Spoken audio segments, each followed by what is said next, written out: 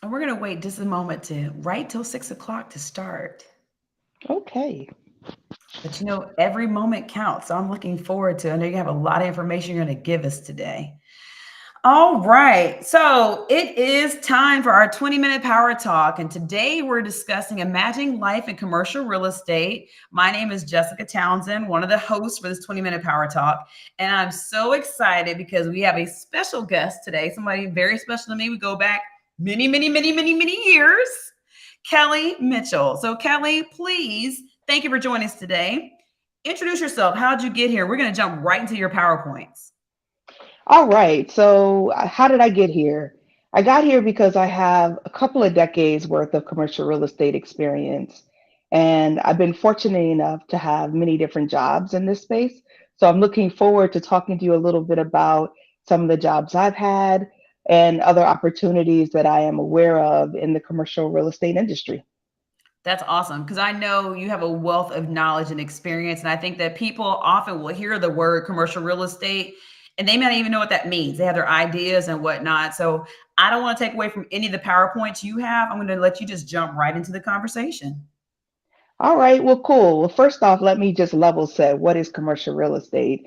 I think we all spend a lot of time driving around our communities looking at things, but commercial real estate is essentially any building that you see that happens to be an office building, a mall, a shopping center where you go buy your groceries.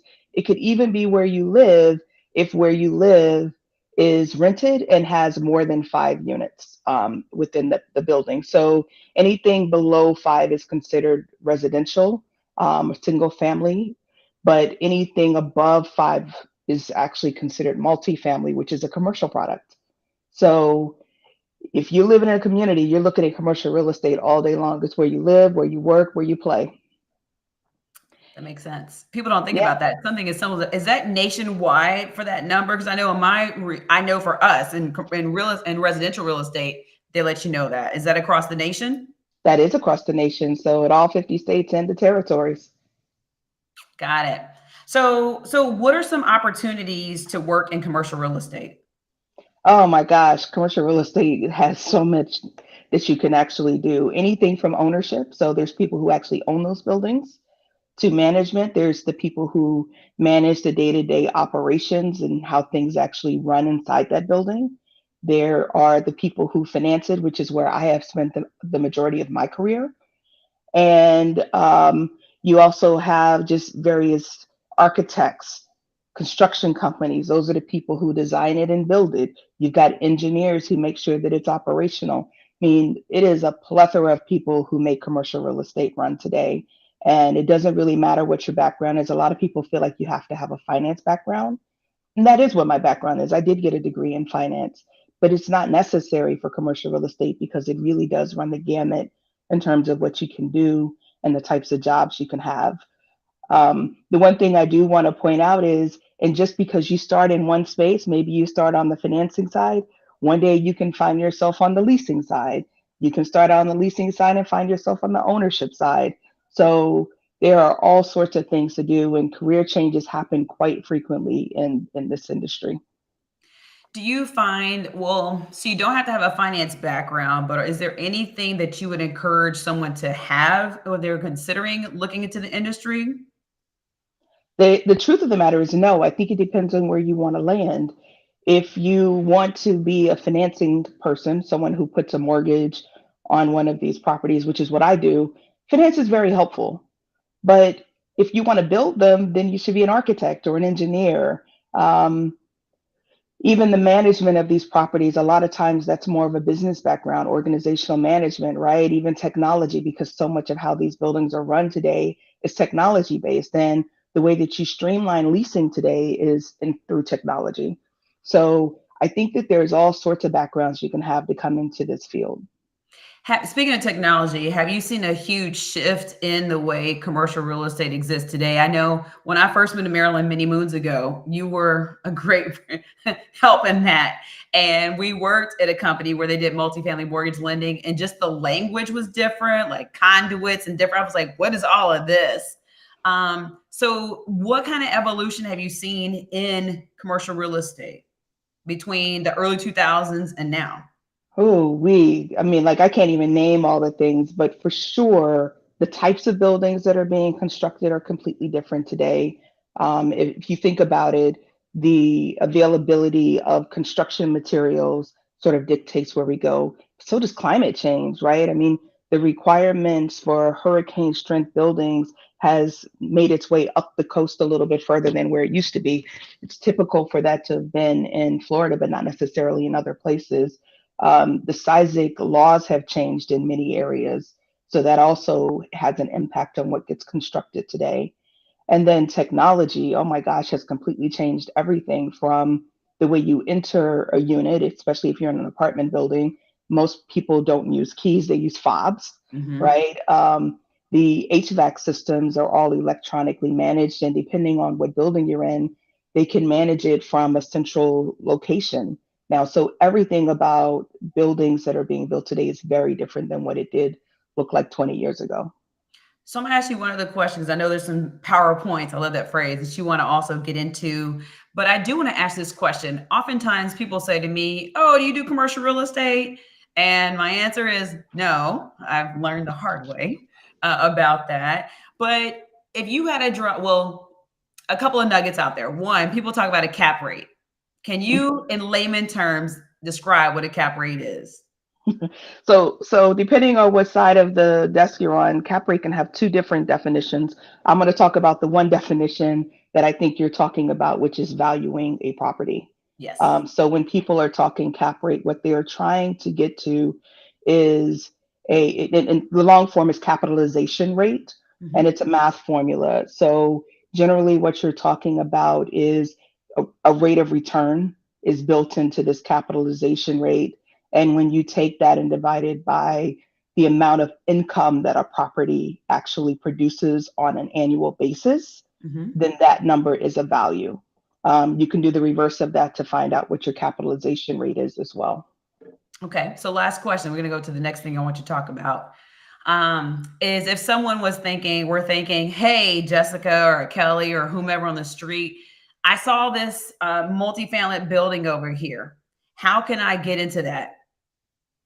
That's a Oh loaded my God. question. That is that is a beyond loaded question. Well, the first thing you want to do is just because you see a property on a street doesn't mean that it's a great investment.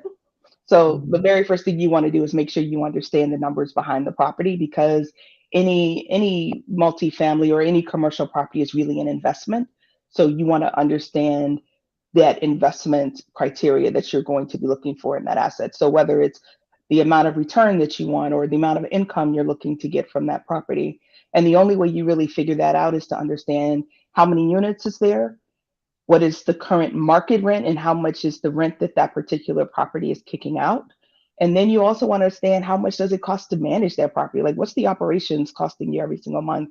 And that could be everything from your landscaping to your utility bills to the maintenance, the ongoing maintenance, replacement of flooring and windows and carpets and all sorts of things that have to be considered when you're talking about taking on a commercial property.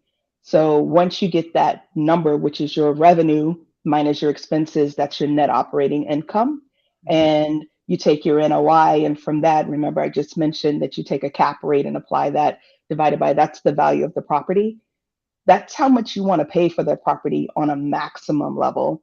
But you also want to make sure that the capitalization rate that you've applied makes sense for what you want to get back at the end of the day, because all of that has a bearing on each other, for your investment, your returns, and your income that you want to get, because that's your net operating income. But you also have to take into consideration taxes and insurance and all the same things you do on a single family property, right? That Right. stuff adds up. And qualifications for it. Just because you think you want it doesn't mean you're like, where's the funding coming for that? Yes, exactly, exactly. All right. I don't want to, we could do a whole other thing about this. I know I'm looking at the time. So let's do this. Let's transition into another PowerPoint you want to lay with nuggets out there for our people, which is navigating career change from within or outside the industry. What do you want to share about that? So I think I mentioned to you that I've done lots of different things within this industry. I've been really fortunate to be able to do that over my time. Like most people, I started right after college as an analyst. Most people come into this industry as an analyst. And there's all sorts of, I mean, like such a loaded word now, right? Everyone's an analyst somewhere. Right. But for me, when I started as an analyst, I was on the underwriting side. So that's a risk format. You're looking at the risk involved on the financing of a property. And in particular, I always did multifamily until now, which I'll get into in a moment.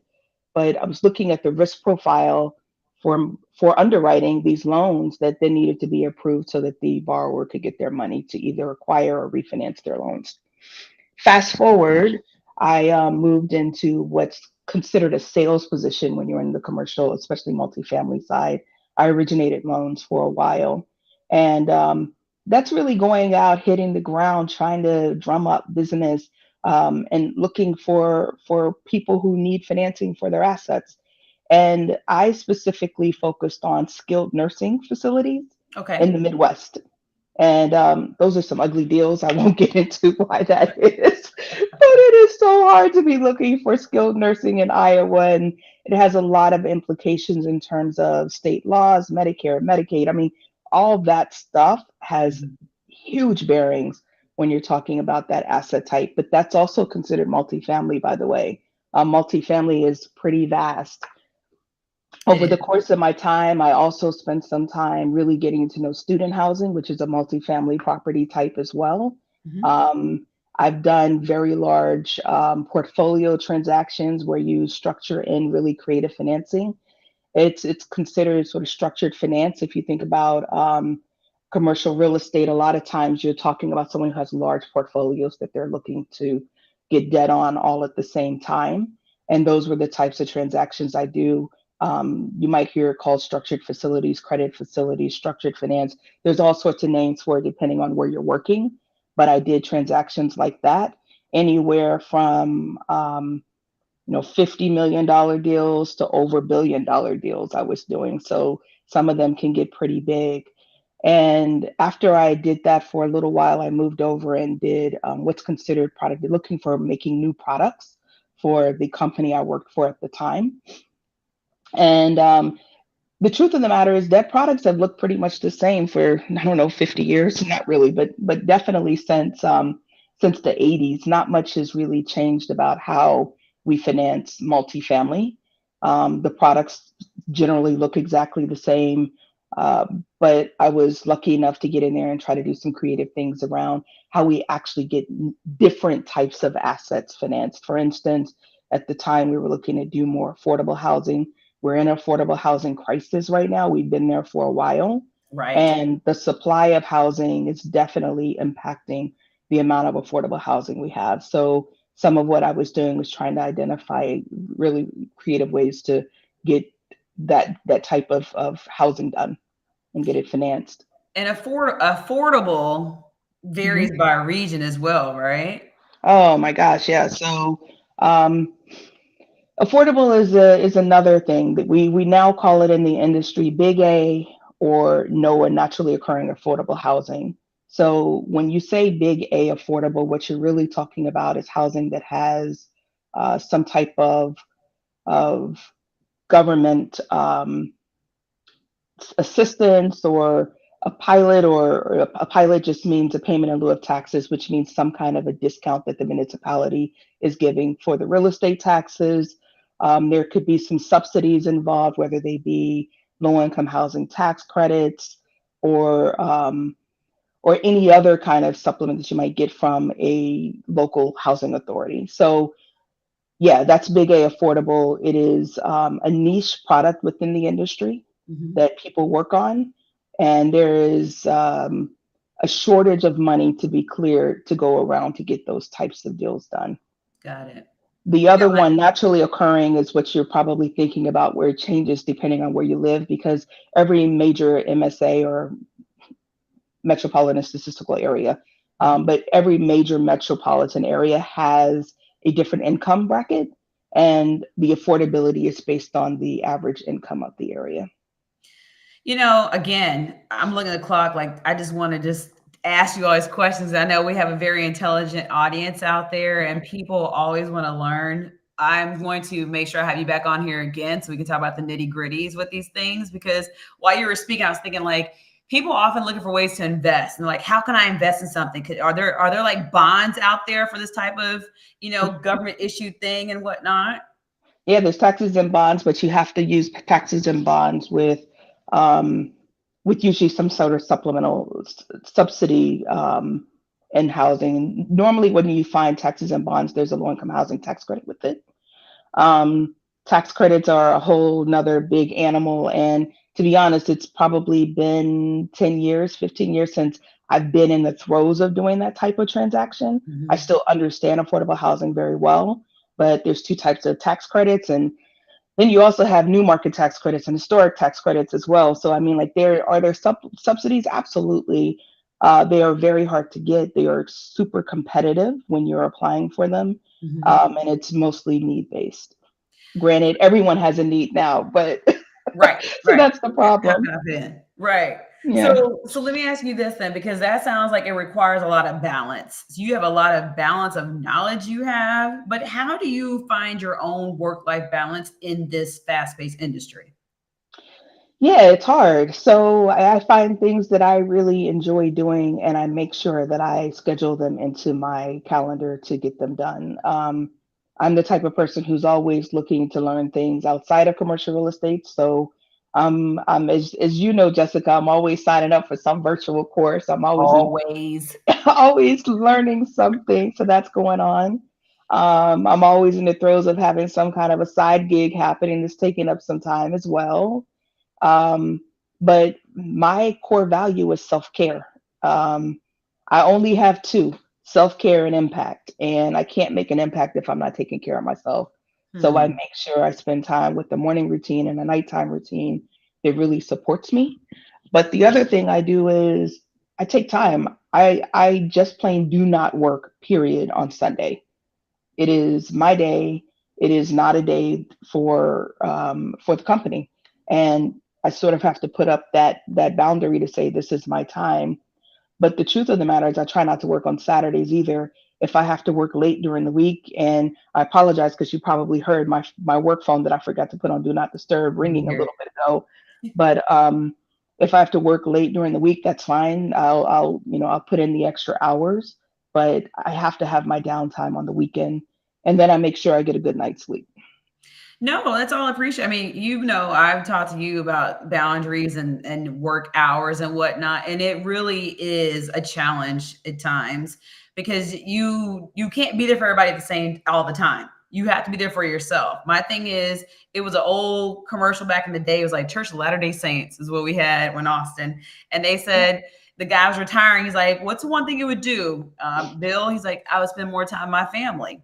Fortunately, he was retiring. He wasn't on his deathbed because my thing is people can be replaced. And so it's a matter of you can work hard for these companies, you can work hard for yourself. But in the end, if you're not taking care of yourself, you can't be good to anybody else. That's exactly right. That's my philosophy. So Yeah. Kelly, we have a whopping minute and like 40 seconds left. So it goes by. And is there anything else that you want to share with the people out there? Because again, I'll have you come back on because I loved everything you said and want more from you.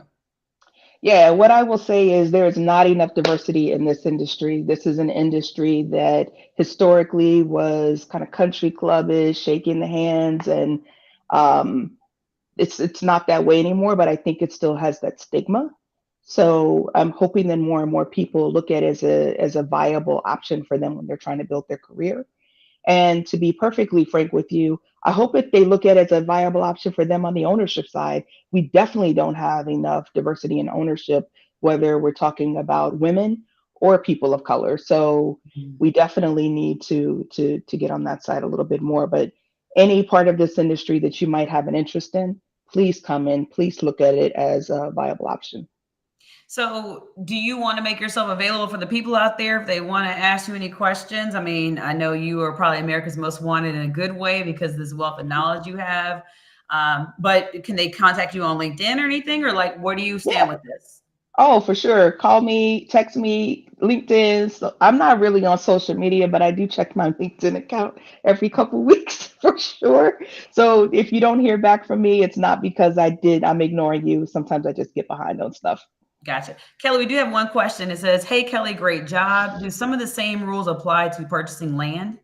Oh, that's a great question. Land purchases are much trickier. You're usually talking about bank financing, but knowing what your end result of owning that land is, whether you want to develop on it or whether you're trying to sell it for a profit, is really important before you go purchase that land. Okay, awesome. And I know the person that asked that question, so if they have any additional questions, I will funnel them from that person to you. Yeah, please send them to me. I actually know some people, including the company I currently work for. We do some land stuff, so I'm happy to touch base with them. Well, this is awesome. I hate that this 20 minutes zips through. We don't waste time. But, I'm so glad you were here. You were a great supporter. I love you dearly. You're a friend and family. And I don't know what I would do without you because you really are fantastic. And I don't tell you that to blow you up. I give you your flowers while you can still smell them before they wilt on you. Oh, thank you. I love you too. Oh, all right. Okay, so with that being said, thank you all for joining us today. Kelly, you were awesome. We're going to have this out there for the masses to watch. So don't be afraid when your phone starts blowing up. I'm ready for it. Bring them on. All right, until then, ta ta.